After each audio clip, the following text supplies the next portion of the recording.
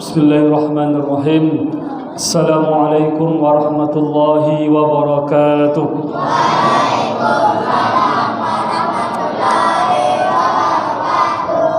Alhamdulillahillazi furida alaina as-siyam fi sahri Ramadan. Alhamdulillahillazi bi ni'matihi tatimmus salihat. Ashhadu an la ilaha illallah wa ashhadu anna Muhammadan abduhu wa rasuluh la nabiyya wa la rasula ba'd. Allahumma salli wa sallim ala sayyidina Muhammad wa ala alihi wa ashabihi ajma'in. Rabbi israh li sadri wa yassir li amri wahlul 'uqdatam min lisani yafqahu qawli. Allahumma faqqihna fid din wa 'allimna at-ta'wil. Allahumma arzuqna ilman nafi'an wa amalan mutakabbalan wa rizqan wasi'an halalan tayyiban ya arhamar rahimin ya muqallibal qulub sabbit qulubana ala ta'atik. Radina billahi rabba wa bil islami dina wa bi Muhammadin sallallahu alaihi wasallam nabiyya wa rasulah. Kaum muslimin dan kaum muslimat, para tamu-tamu Allah yang dimuliakan Allah Subhanahu wa taala, senantiasa kita bersyukur kepada Allah dan tidak henti-hentinya kita bersyukur kepada Allah Subhanahu wa taala, sebab Allah tidak pernah berhenti menurunkan nikmat dan rahmatnya kepada kita. Ketika nikmat yang Allah turunkan tidak pernah terputus, ketika rahmat yang Allah berikan tidak pernah terhenti, begitulah akhlak kita sebenarnya, tidak terhenti pula dan tidak terputus pula untuk selalu bersyukur kepada Allah Subhanahu wa taala. Kebanyakan dari kita seakan-akan memilih rasa syukur kepada Allah. Kebanyakan dari kita baru bersyukur ketika nikmat itu berbentuk harta, berbentuk materi, mendapatkan duit yang banyak, insya-Allah banyak pula yang bersyukur. Atau yang kedua, mendapatkan pangkat jabatan kedudukan yang tinggi terhormat di masyarakat atau tempat bekerja, itu insya-Allah diadakan syukuran, naik pangkat, mendapatkan jabatan. Atau yang ketiga, rumah bertambah besar, kenderaan bertambah banyak, istri yang bertambah bagi bapak-bapak, itu banyak yang bersyukur, ibu-ibu yang bersabar. Namun sayangnya ada nikmat-nikmat yang sering kita lupakan, yang sering kita lalaikan. Kecil menurut kita sebagai manusia, namun besar di sisi Allah Subhanahu wa taala. Itu nikmat kesehatan yang Allah berikan kepada kita, organ tubuh yang bekerja dalam perut kita, ginjal umpamanya atau lambung umpamanya. Ini nikmat Allah yang sangat besar yang kita anggap kecil karena kita jarang mensyukurinya. Namun jika organ tubuh kita saja, satu saja Allah matikan, gagal ginjal atau sakit ginjal, itu alangkah menderitanya kita. Sebab makanan dan minuman yang kita konsumsi malahan menjadi penyakit, menjadi sampah dalam perut kita. Maka solusinya dari dokter cuci darah, 2 kali cuci darah dalam seminggu, cuma ginjal kita sakit atau gagal ginjal. Maka Rasulullah sallallahu alaihi wasallam menekankan kembali arti syukur tersebut dalam hadisnya yang mulia, man lam yaskur bil qalil lam yaskur bil kasir. Siapa yang belum bisa bersyukur ketika diberikan nikmat yang sedikit, niscaya juga dia tidak akan bersyukur ketika diberikan nikmat yang lebih besar dan lebih banyak. Namun bapak-bapak dan ibu-ibu, jikalau kita sudah pandai mensyukuri nikmat Allah, mulai dari yang terkecil, yang rendah menurut kita, insya Allah nikmat yang lebih besar yang Allah berikan, pasti kita akan lebih mensyukurinya. Dan dengan syukur tersebut Allah menambahkan nikmatnya kepada kita. Amin ya rabbal alamin. Salawat dan salam semoga tercurah buat baginda Nabi besar Muhammad sallallahu alaihi wasallam. Semoga tercurah kepada sahabat beliau yang mulia ridwanullah alaihim. Semoga juga tercurah kepada keluarga Rasulullah, ahlul bait, kepada zuriat Rasulullah, keturunan-keturunan Rasulullah yang mulia dan suci. Kita bersalawat kepada mereka. Allahumma salli ala Sayyidina Muhammad wa ala alihi wa ashabihi ajma'in. Bersalam kepada Rasulullah. Assalamualaikum ya Rasulullah. Baiklah, judul yang diberikan kepada saya tentang keutamaan masjid dan adab-adab di dalam masjid. Yang pertama yang saya ingin bahas dari segi ilmu nahu. Dari segi ilmu nahu, masjid itu adalah isim makan. Namun yang betulnya masjid, disajada yasjudu sujudan fahuwa sajid wa huwa masjud. Usjud la tasjud, masjad misjad. Jadi masjid itu adalah isim makannya yang betul. Di masjid itu artinya tempat sujud. Tapi kenapa kita sering menyebutnya dengan masjid? Masjid karena masjid ini lebih khusus untuk kita bersujud kepada Allah Subhanahu wa taala. Di masjid ini lebih khusus. Masjid itu umum. Dikata Allah di dalam Al-Qur'an dan hadis Rasulullah sallallahu alaihi wasallam, kami jadikan semua hamparan bumi ini menjadi suci dan menjadi tempat sujud. Ju'ilat li al-ardu masjidan wa tahuran. Dalam hadis Imam Al-Bukhari, seluruh permukaan bumi ini dijadikan untukku sebagai tempat salat dan alat untuk bersuci. Artinya selain dari masjid ini semuanya suci. Jikalau kita melihat tidak ada najis dan kotoran. Tapi tempat yang paling khusus untuk beribadah dan sujud dinamakan dengan masjid. Tempat-tempat yang lain yang boleh dilakukan untuk sujud dinamakan dengan masjid. Di kita boleh ada supir puso atau tronton, dia singgah sebentar, solat di pinggir jalan raya, itu dinamakan dengan masjid. Karena semua yang ada di bumi ini jikalau terjaga dari najis, insyaallah dia layak untuk dijadikan tempat sujud. Kaum muslimin dan kaum muslimat dimuliakan Allah Subhanahu wa taala. Kenapa masjid ini lebih identik kepada sujud? Sebab sujud itulah yang menunjukkan penghambaan kita. Abdullah, kita hamba Allah. Penghambaan kita kepada Allah Subhanahu wa taala. Kita tundukkan organ tubuh kita, anggota badan kita yang paling mulia ini, kita letakkan di atas lantai, kita tundukkan, merendahkan diri di hadapan Allah Subhanahu wa taala. Maka disebut dengan sujud, masjid tempat sujud. Di dalam hadis dikatakan aqrabu ma yakunul abdu inda rabbih bis shalah wa huwa sajid fa aksirud du'a. Sedekat-dekat hambanya dengan Tuhannya ketika solat, yaitu ketika dalam posisi sujud. Maka perbanyakkanlah doa tersebut ketika kita sujud. Maka ketika sujud itulah kita dekat dengan Allah Subhanahu wa taala. Kita berbisik-bisik di lantai, di bawah, namun bisikan kita sampai memantul ke atas langit. Itulah filosofi dari sujud. Kaum muslimin dan kaum muslimat dimuliakan Allah Subhanahu wa taala. Tempat yang paling mulia dan tempat yang paling dicintai Allah Subhanahu wa taala adalah masjid. Dan sejatinya masjid ini kalau kita bangun dengan niat ussisa bittaqwa.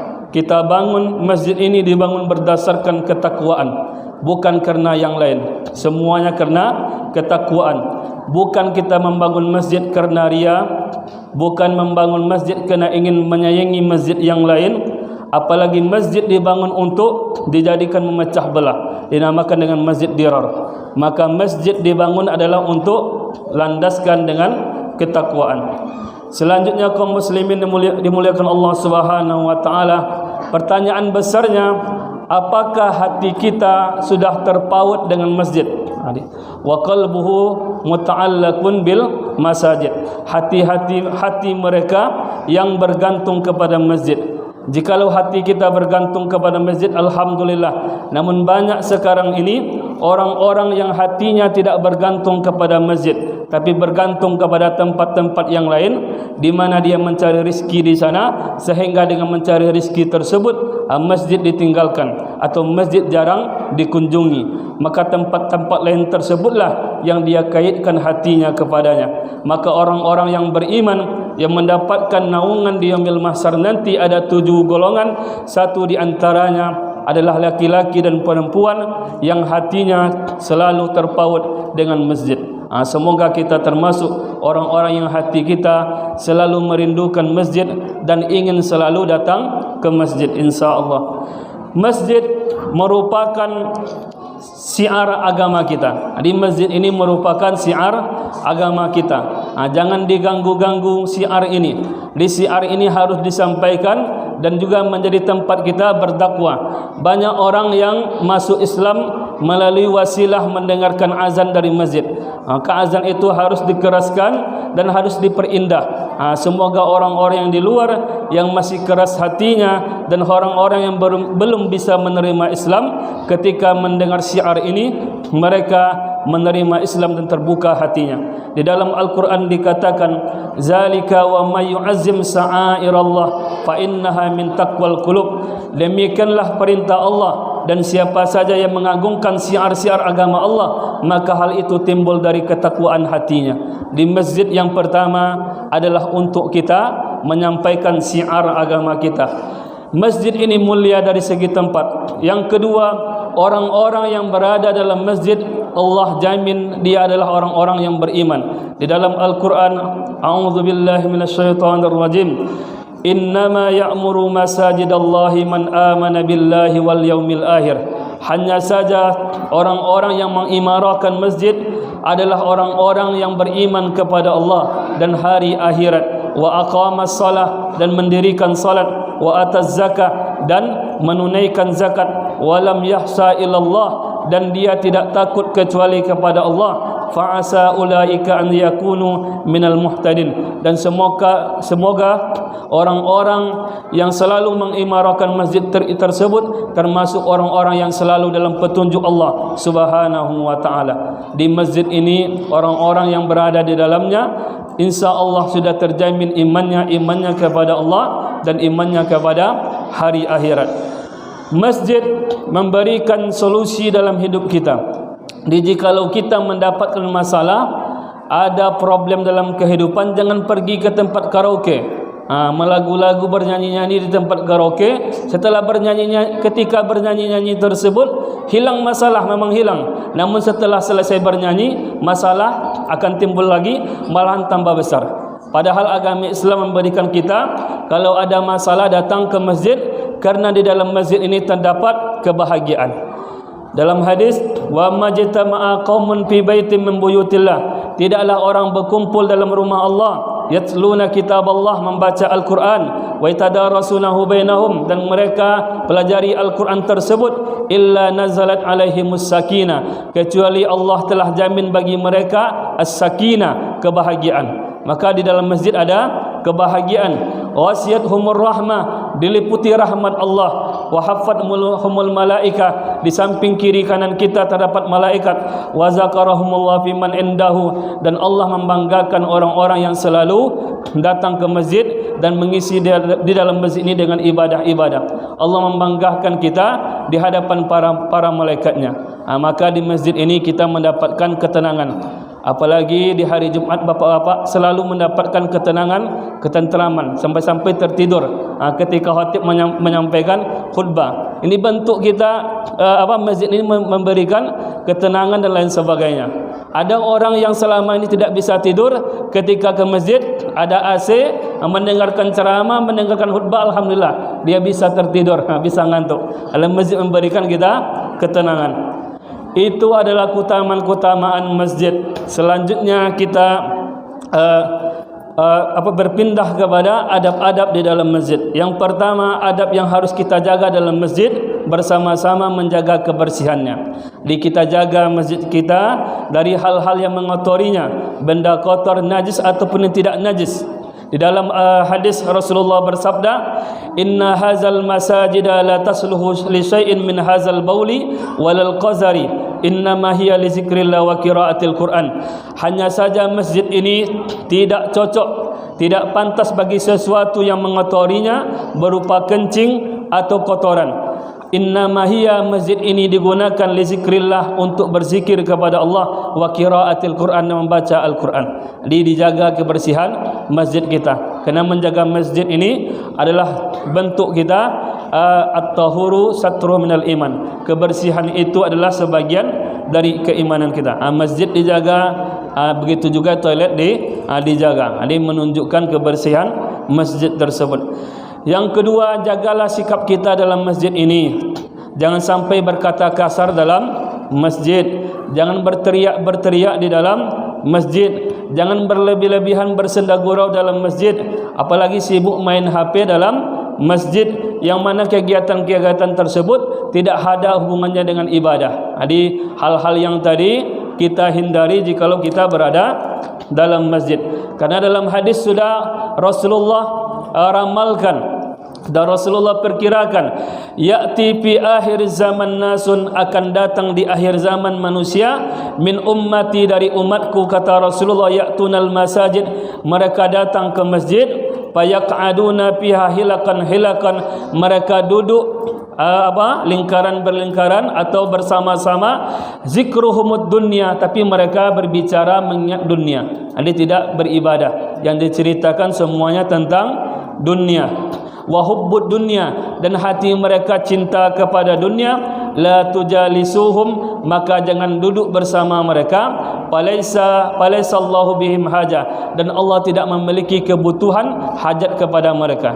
Jadi jangan sampai kita termasuk orang-orang yang telah Rasulullah sampaikan datang ke masjid, namun di dalam masjid yang kita bicarakan berapa luas kebun sawit, berapa mobil sekarang, rumah berapa, aset sekarang, jangan itu yang dibicarakan. Bicarakanlah hal-hal yang baik untuk akhirat kita, agama kita, dan lain sebagainya.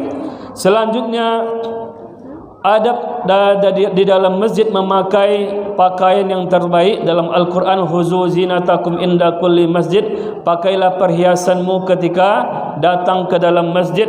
Dan selanjutnya, jagalah bau mulut kita, jaga bau mulut kita. Dalam hadis dikatakan juga, man akadal basal, siapa yang memakan bawang merah, wasauma, bawang putih, wal kurrasa, bawang perai, termasuk juga rokok di sini. Dia dikiaskan rokok. Fala yaqrabanna masjidana, maka jangan dekat masjid kami, kata Rasulullah. Fa innal malaikata ta'azza, malaikat pun terganggu kalau bau mulut kita. Jadi kalau mulut kita tidak harum alias bau, malaikat pun terganggu. Mimma yata'azza minhu banu Adam, sebagaimana terganggunya manusia. Jadi tidak hanya manusia di samping kiri dan kanan kita yang terganggu, tapi malaikat pun terganggu. Jadi sebelum masuk dalam masjid bersiwak atau menggosok gigi, berkumur-kumur. Jadi adab dalam memasuki masjid dan berada dalam masjid.